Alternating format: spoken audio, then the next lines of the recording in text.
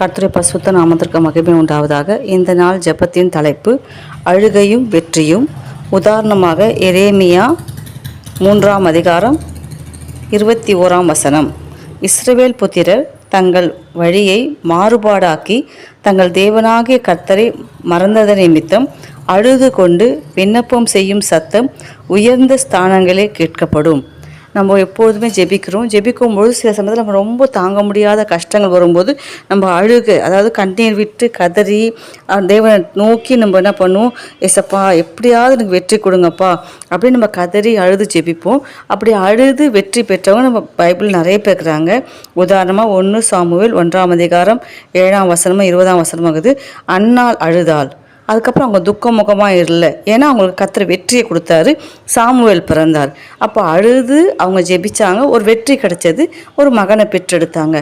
அப்போ நம்மளும் தேவ சமூகத்தில் ஒரு காரியத்துக்காக காத்திருக்கிறோம், ஜெபிக்கிறோம். ஆனால் அழுது ஜெபிச்சு ஒரு வெற்றியை பெற்றுக்கொள்ளணும். அங்கே அன்னாள் அழுதாங்க, சாமுவேல் பிறந்தது ஒரு வெற்றியான காரியம். எசேக்கியா அழுதாரு. என்னன்னா கண்ணீர் சிந்தி நான் எப்படியாவது குணமாடணும், அவர் மரணத்துக்கு கிட்ட நெருங்கிட்டார், ஆண்டவரே எனக்கு நீங்கள் சுகந்தாங்கன்னு சொல்லிட்டு அந்த முகத்தை சுவர் பக்கமாக திருப்பி அழுதாரு. கர்த்தர் அவருக்கு 15 ஆண்டுகள் கூட்டி கொடுத்தாரு. 2 ராஜாக்கள் 20ஆம் அதிகாரம் 1லேருந்து 6 வசனம் வரைக்கும் வாசிக்கலாம். தேவன் என்ன செஞ்சார், அவரோட கண்ணீரை கண்டார். அவரோட ஆயுசு நாட்களில் 15 ஆண்டுகள் கூட்டி கொடுத்தாரு. உண்மையான கண்ணீர் ஜெபம் தேவனுடைய இருதயத்தை போய் தொடும். இப்போ அங்கே அழுதாரு, ஜெயம் கிடச்சிது. அன்னாள் அழுதாங்க, சாமுவேல் பிறந்தார். எசேக்கியா ராஜா அழுதாரு, கர்த்தர் 15 ஆண்டுகள் கூட்டி கொடுத்தாரு.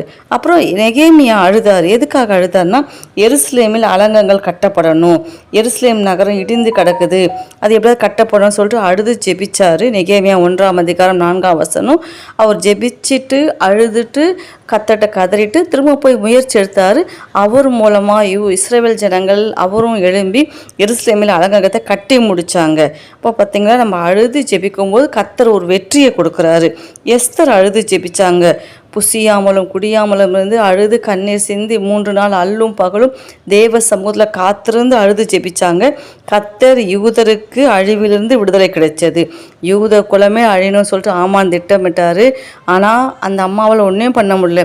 ராஜா கிட்ட போய் பேச முடியல, யூத ஜனங்களை காப்பாற்ற முடியல, ஆமான்கிட்ட போய் பேச முடியல, அதை தடுத்து நிறுத்த முடியல. அவங்க செஞ்ச ஒரே ஒரு காரியம் அழுது ஜெபிச்சாங்க.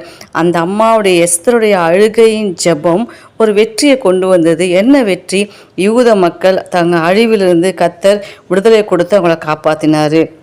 அதே போல் சங்கீதம் 137 1ஆம் வசனம் சொல்லுது, பாபிலோனில் இருந்த யூதர்கள் அழுதாங்க, நாங்கள் இந்த மாதிரி சிறைப்பட்டு வந்துட்டோமே அப்படின்ட்டு.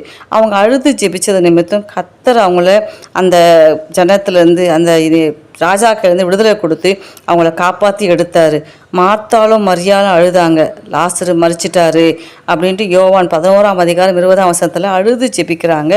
இயேசு வந்தார், கண்ணீர் விட்டு ஜெபித்தார். மார்த்தாளுடைய மரியாளுடைய கண்ணீருக்கு பதில் கொடுத்து மரித்து போய் 4 நாள் ஆன லாசருவை கர்த்தர் உயிரோடு எழுப்பி கொடுத்தாரு. அப்போ கண்ணீர் ஜெபத்திற்கு ஒரு வெற்றி உண்டு. நாயினூர் விதவை அந்த அம்மா அழுதாங்க.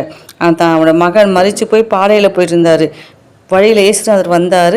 அந்த விதையுடைய கண்ணீரை பார்த்து மரித்து போன மகனை உயிரோடு எழுப்பி கொடுத்தாரு. அப்போ நம்ம அழுவத்து எங்கேயோ போய் வீணா அழுது புலம்பி ஒரு பிரயோஜனமும் இல்லை. தேவ சமூகத்தில் போய் அழணும், அதில் ஒரு வெற்றி கிடைக்கணும். அப்போ பேதுரு கூட பார்த்திங்கன்னா மனம் திரும்பத்துக்காக அழுதார். கர்த்தர் என்ன சொன்னார், மனம் திரும்பி பெரிய அப்போஸ்தலனாக மாறினார். அது வரைக்கும் சீஷராக இருந்த பேதுரு அவர் மனம் கசந்து அழுதார். கர்த்தர் அப்போஸ்தலராக மாற்றினார். மகதலேனா மரியாள் அழுதாங்க. உயிர்த்தெழுந்த கிறிஸ்துவ முதலாவது தரிசித்ததே மகதலேனா மரியாள் தான். இன்றைக்கி நம்முடைய கண்ணீர் ஜெபமும் இயேசு கூட பலத்த கண்ணீரோடு என்ன பண்ணார்னா கெத்செமனேல ஜெபிச்சார். அதனால் என்ன கிடைச்சது? சிலுவையில் அவருக்கு வெற்றி கிடைச்சது.